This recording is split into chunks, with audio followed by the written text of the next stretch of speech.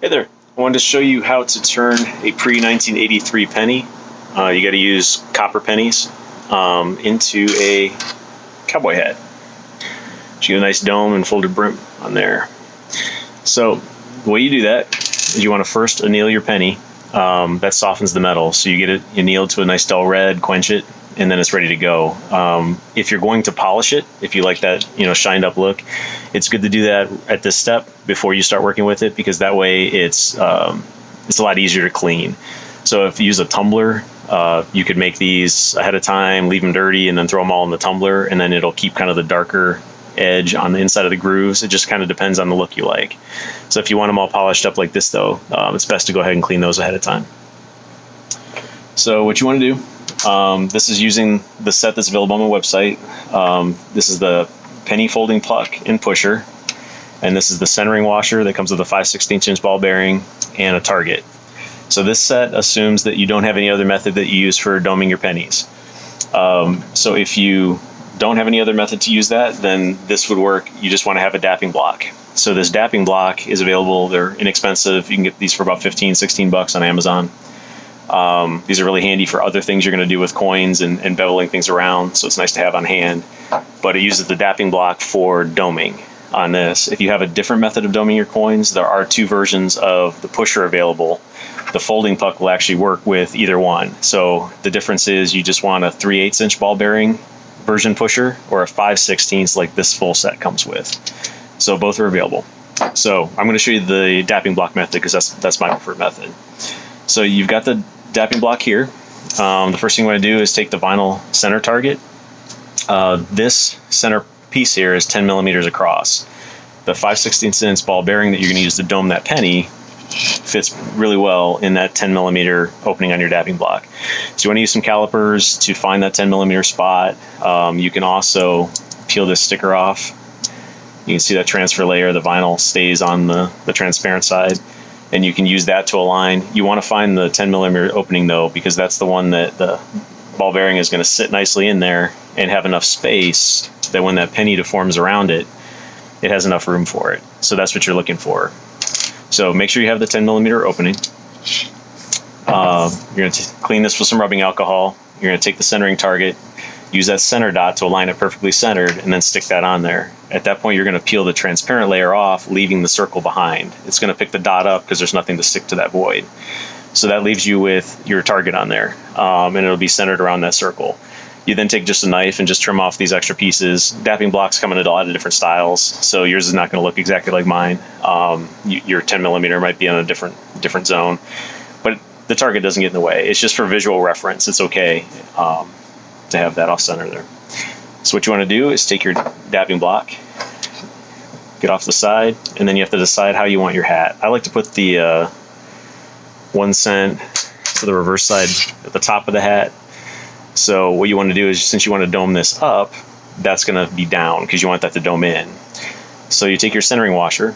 Now the centering washer has a thickness to it, and the reason for that thickness is as the ball bearing presses into it, when the press foot just touches the top of the centering washer, you've pressed far enough and you're done. So that thickness is intentional so that it holds the ball bearing for you centered, and as you press, you don't overpress. So what we're going to do is put the dome side that we want in the center washer like that, flip this upside down so that opening's up there, put that on our dapping block on our target, and then we're going to take the included 5/16 inch ball bearing and just drop that in the middle. So once you have that all centered up, we'll just take that over and just put it in the press, making sure things don't shift around on you. And then we're just going to press that. And you're going to see as we start pressing that, it starts to flail up. Now what we're looking for is that space to go away above and below the centering washer. We want that gap to just go away. So we're going to keep pressing just a little bit more right there. So at that point, the press foot is touching the top of the centering washer, and the centering washer is touching the top of the dapping block. And then you push far enough, you don't want to push past that, because the press is strong enough that it will actually crush and damage the centering washer, and you don't want to do that. So we can release the pressure on that, take this out, take the centering washer off the top because we're done with that guy. Take the ball bearing out, chase the ball bearing around, and then we've got a nice dome on the top of the penny. So that's how you get that center dome. And the dapping block gives it that nice crease around that center dome. And because we use the centering washer, we've still got detail left in the top. So the next step is to fold those edges up. So that's where the puck comes into place. So this puck has Delrin inserts. That'll take the abuse and some of the wear and reduce the wear and tear on it. It's printed solid in the center, so that keeps it secure there. You want to put this in just like so. So you want to put that penny in with the dome side up, and you want to put it against the back of the puck. That keeps it centered overall. So if I were to tip, I don't know if you can see that it tipped overall, but it puts the coin right in the middle. Dropping these like crazy.